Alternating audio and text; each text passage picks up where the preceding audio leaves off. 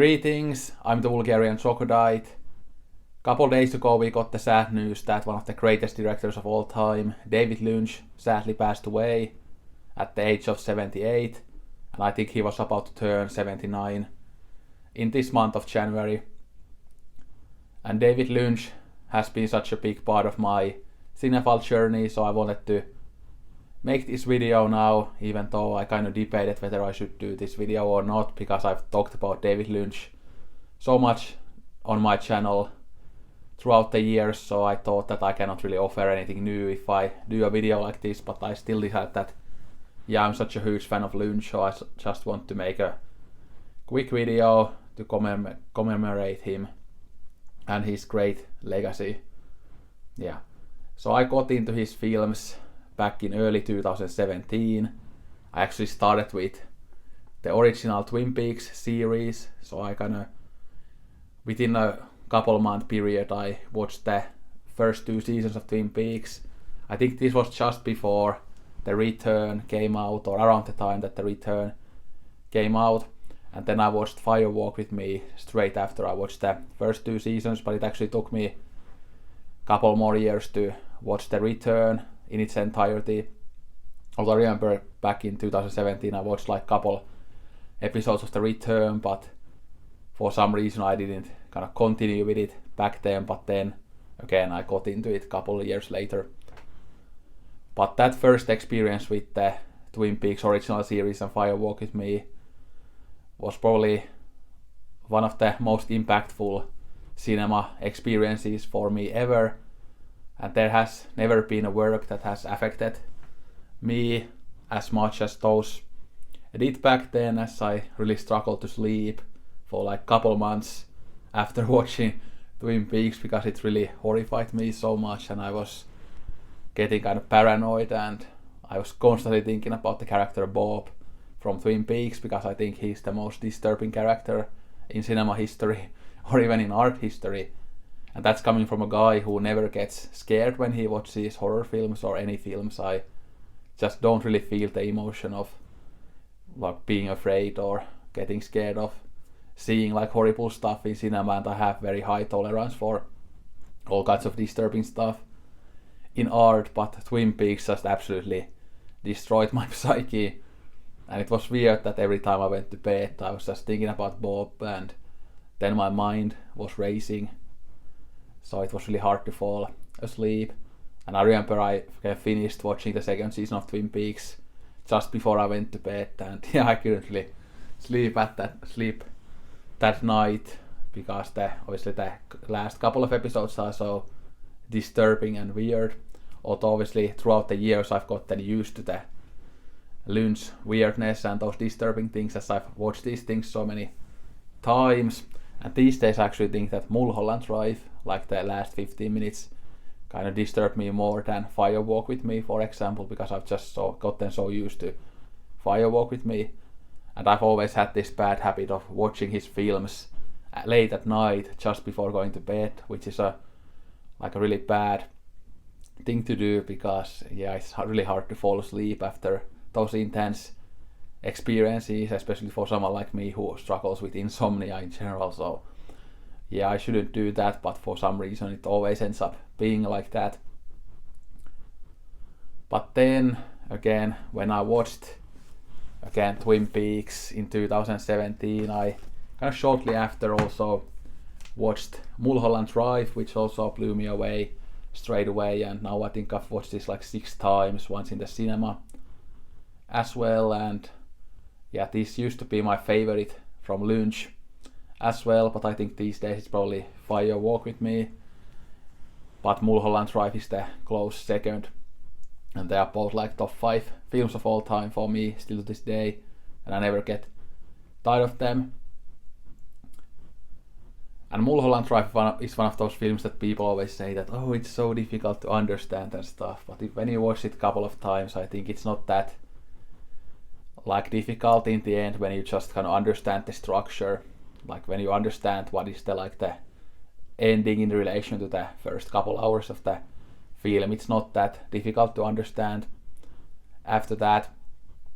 And by the way, I'm not downplaying the film by saying that it's not as complex as people say, but I'm just saying that it's not as impenetrable as people say. Yeah. But that might be like the best film of the 21st century. It's definitely up there with films like, I think, Werkmeister Harmonies, for example. Yeah.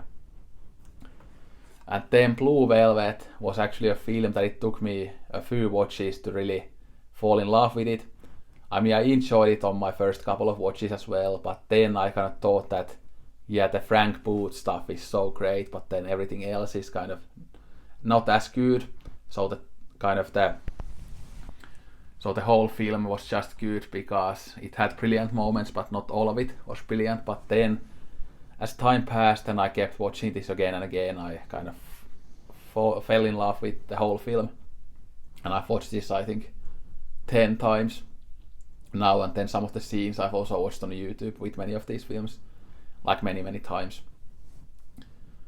And the first time I watched this, I thought that it was like very disturbing, but then after a few watches I kind of realized that this is actually a dark comedy, and I find so many of the scenes in this film like really hilarious, even though they are kind of meant to be, I think, like dark and disturbing, and they are that to many people, but to me they are actually kind of hilarious. Like again, Frank Booth has that kind of typical Freudian kind of relationship with his mother. You can see that, like, mommy, like I love that, and I find it really funny, even though obviously he's like a complete sociopath and horrible person, but he's that in just such a funny way, and there are so many funny lines in this film and so many great moments with music. And yeah, the Dennis Hopper performance here is just one for the ages, and I love the other performances as well, but this is also one of my absolute favorite films, as you guys know. Then we have Lost Highway, which I've seen I think 4 times, and this is one of my absolute favorites as well. I think it's a masterpiece, and this one I also liked a lot on my first watch, but it has gotten better and better the more times I've watched it. And again, this is another film that might seem very impenetrable at first, but I think once you watch it a few times, you kind of see that many of the things actually make sense, and there are many kind of clues to understand the film better. Yeah, and I just had stuck in my head the I'm Deranged song by David Bowie, and I'm a big fan of David Bowie, and that might actually be my favorite song by him, which is probably very controversial. Again, I love the 70s stuff like Hunky Dory and Aladdin Sane and Low and albums like that, and Black Star from his last album, but I'm Deranged is such a great song. Funny how secrets travel. Yeah. Cruise me, baby. Yeah. I'm deranged. Yeah, that's my David Bowie impression, which is completely horrible, obviously. Yeah, but such a great film. Yeah, and the Mystery Man is pretty disturbing. Then we have The Elephant Man, which obviously is not as quote-unquote Lynchian as some of his other films, but still very good, quite mainstreaming compared to some of his other films. But yeah, it's very, very good, and of course it has some of those bit more surreal moments as well. I'm not an animal, I'm not an elephant, I'm a human being. Yeah, that's one of my favorite lines in cinema history. Yeah, both John Hurt and Anthony Hopkins are so good in this. Yeah, a very, very good film. Yeah. And again, it kind of surprises me often how popular David Lynch is, considering how inaccessible some of his stuff can be, but of course he's like one of the most popular art house directors, and he has so many fans, although obviously he has many haters as well, mostly the people who think that every film should have a understandable, concrete, from point A to point B type of plot, and many people think that if I don't understand the film, the film must suck, it's always the fault of the film and never the fault of mine.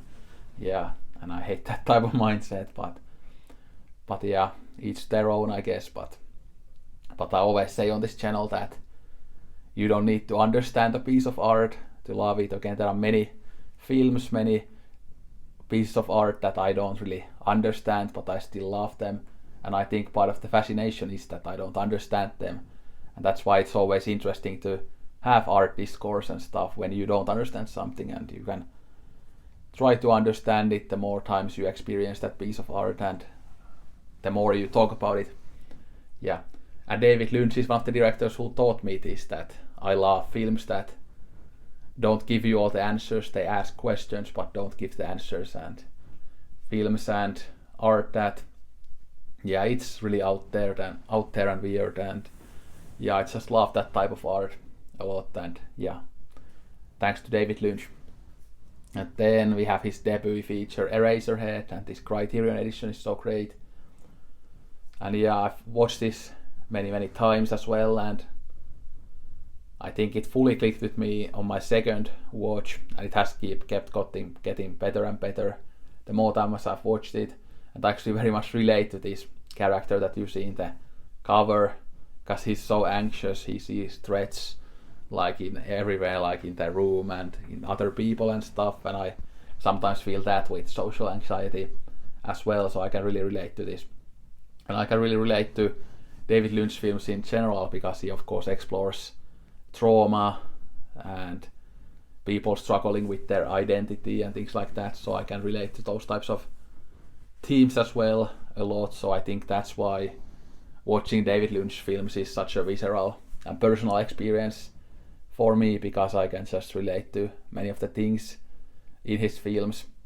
Yeah, even though obviously his films can be quite extreme, and yeah, I don't like literally relate to like obviously all those like crazy things or anything like that, but I relate to many of the themes and types of kind of mental things that he explores in his films.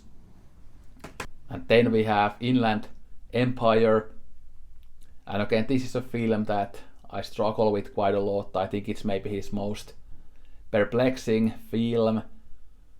I've seen it twice now, and again, on my first viewing I couldn't really get into it fully, although I found some things to appreciate in it, and then on my second watch I liked it quite a bit more, but I still struggle with it quite a lot, mostly due to the kind of digital visuals that I find quite ugly, and the visuals kind of turn me off of the film. But I think it's a very interesting kind of mindfuck type of a film, as many of his films are, and this is kind of the most extreme example of that.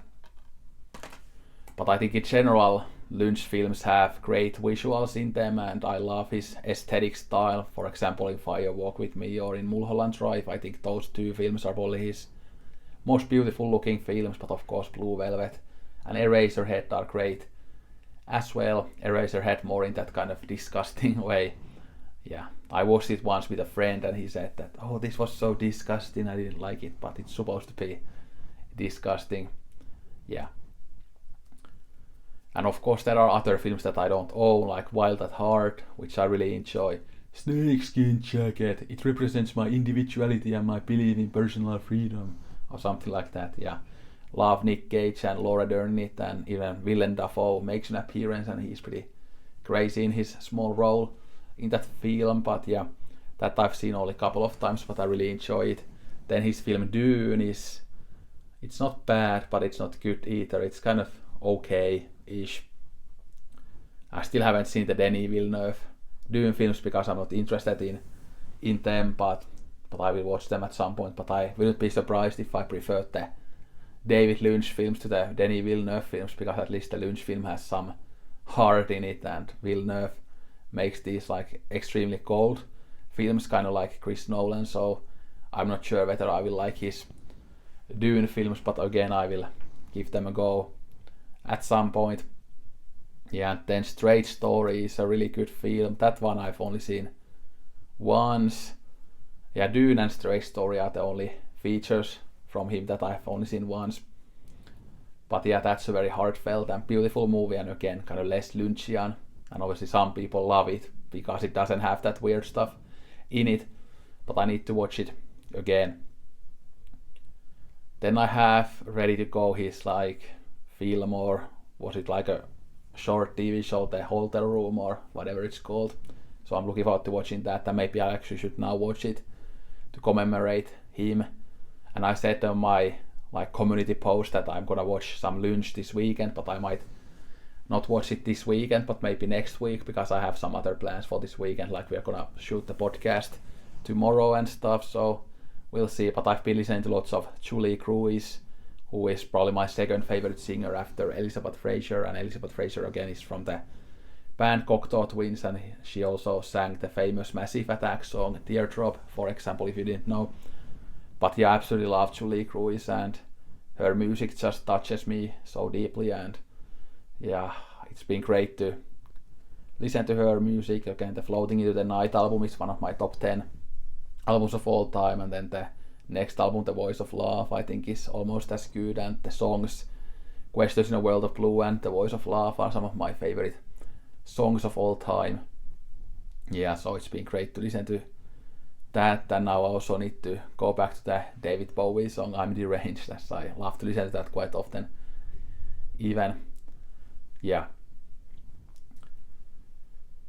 But yeah, thank you to David Lynch for all the films and all the art that he made.